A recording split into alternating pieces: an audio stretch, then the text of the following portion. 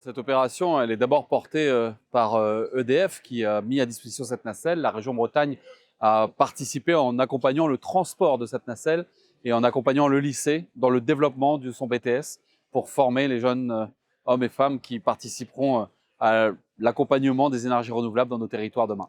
Ce BTS dédié aux énergies renouvelables, notamment à l'éolien, est le seul BTS en Bretagne qui existe dans ce domaine. Le seul avec du matériel extraordinaire, puisque cette nacelle qui a tourné pendant plus de 15 ans ici en Bretagne pour produire des électrons décarbonés va être mis à disposition de ce lycée par EDF pour permettre de former les jeunes qui seront demain employés par des entreprises partout en Bretagne, partout en France, dans le domaine des énergies renouvelables, dans le domaine de l'éolien.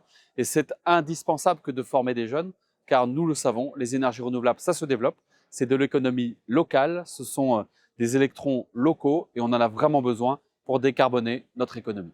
La formation, elle est indispensable parce qu'à côté d'une filière qui s'organise, des mâts qui se montent pour poser des éoliennes, des panneaux solaires qui se couvrent nos toits, des champs d'éoliens en mer, nous avons besoin d'entretenir ce réseau, d'entretenir ces machines qui produisent des électrons locaux, décarbonés et qui servent notre économie. Pour cela, il faut des hommes et des femmes. Plus de 1000 emplois en Bretagne aujourd'hui servent les énergies renouvelables.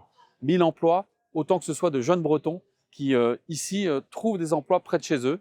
Nous savons que lorsque nous formons quelqu'un dans un BTS, en moyenne, il reste à 30-50 km autour de chez lui. Nous serons sur des secteurs plus vastes concernant le BTS de l'Oudéac au regard de la spécificité de la formation, mais nous avons besoin de former celles et ceux qui participeront encore une fois à cette capacité à produire de l'énergie renouvelable en Bretagne.